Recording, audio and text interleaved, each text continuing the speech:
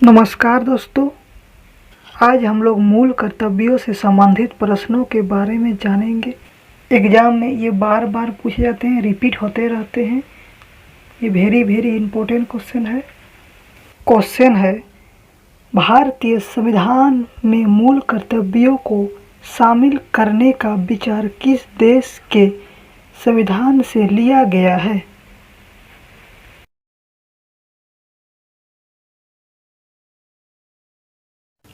Answer D, पूर्व सैयद संघ हो जाएगा।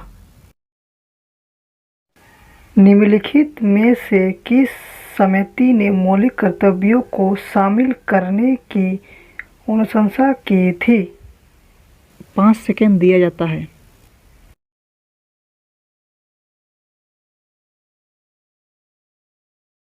सही उत्तर हो जाएगा ऑप्शन नंबर डी, स्वर्ण सिंह समिति। निम्नलिखित में से किस वर्ष संविधान में मूल कर्तव्यों को अनंत स्थापित किया गया?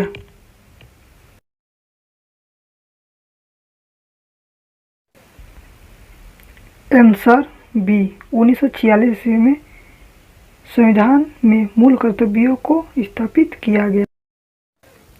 मौलिक कर्तव्यों को निर्धारित किया गया। निर्धारित का मतलब होता है तय किया गया, पहले से किसी चीज़ का निर्णय कर लिया गया रहता है।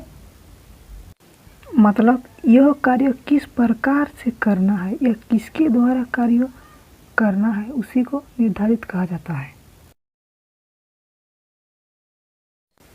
आंसर सी, 42वीं संविधान संशोधन द्वारा। 42वीं संविधान संशोधन के 2 या 4 आदेशों को किस नाम से जाना जाता है? मौलिक अधिकार के नाम से जाना जाता है? नहीं। नीति निर्देशन सिद्धांत के नाम से जाना जाता है? नहीं। पंचायती राज सिद्धांत के नाम से जाना जाता है? नहीं। इसका आंसर डी, मौलिक कर्तव्यों के नाम से जाना जाता है। 1946 में 42वीं संशोधन द्वारा संविधान में नागरिकों के लिए कितने मौलिक कर्तव्य निश्चित किए गए?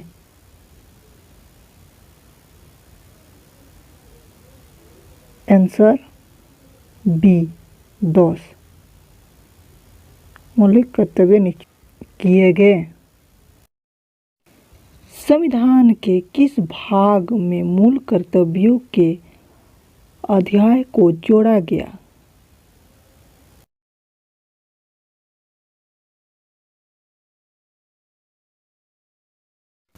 आंसर डी, भाग 4 को जोड़ा गया।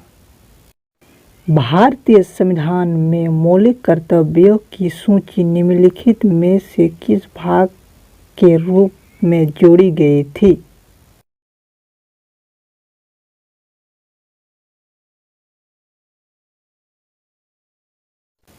आंसर ए, 4 में जोड़ी गई थी। भारत के संविधान के किस अनुच्छेद में मौलिक कर्तव्यों की चर्चा की गई?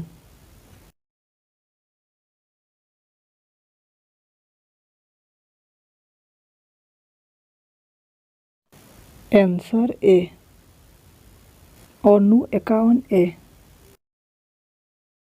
वर्तमान में संविधान में कुल कितने मूल कर्तव्यों का उल्लेख है?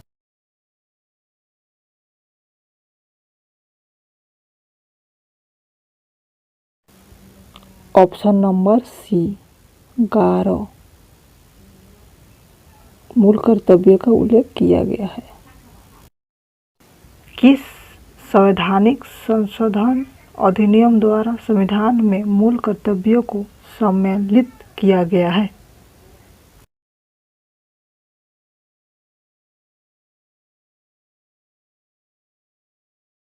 आंसर ए, 42वां। मौलिक कर्तव्यों को संविधान में सम्मिलित किए जाने का प्रयोजन है।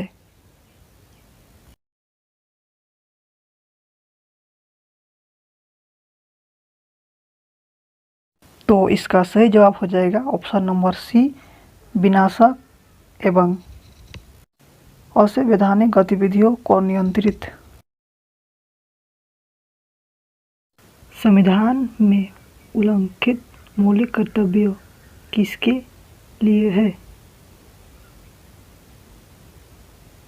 आंसर हो जाएगा बी, सभी नागरिकों के लिए।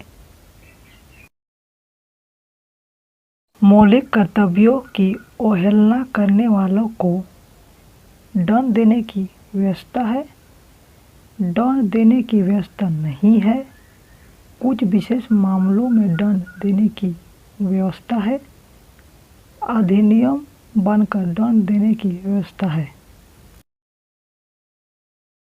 आंसर ऑप्शन नंबर बी, दंड देने की व्यवस्था नहीं है। निम्नलिखित में से कौन सा एक मौलिक कर्तव्य नहीं है? ए, राज्य का आज्ञा पालन, बी, कानून का आज्ञा पालन, सी, समाज का आज्ञा पालन, डी, करों की अदायगी। तो इसका ऑप्शन नंबर डी सही हो जाएगा, करों की अदायगी।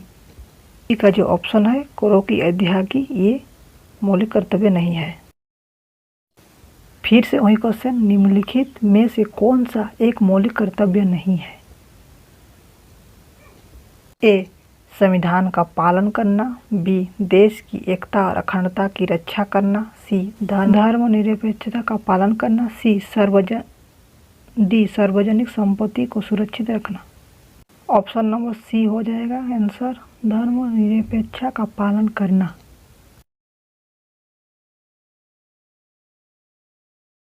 अगला है, निम्नलिखित में से कौन सा मौलिक कर्तव्य नहीं है? Same question.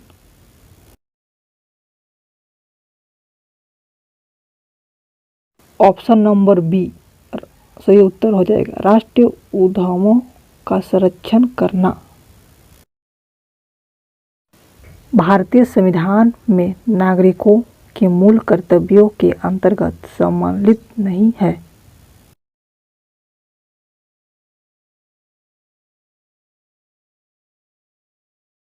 Option number C हो जाएगा सही उत्तर, धर्मनिरपेक्षता को बढ़ावा देना।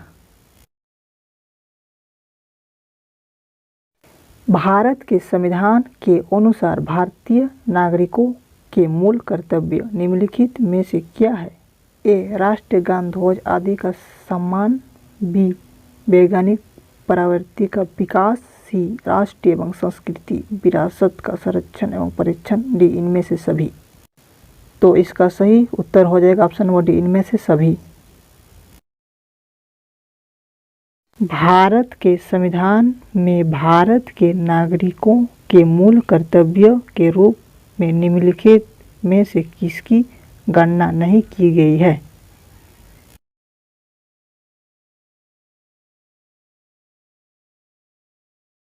आंसर ऑप्शन नंबर डी, अंतर्राष्ट्रीय शांति और सुरक्षा को बढ़ावा देना। तो आज के लिए इतना ही रखते हैं, तब तक के लिए जय हिंद, जय भारत, बाय बाय।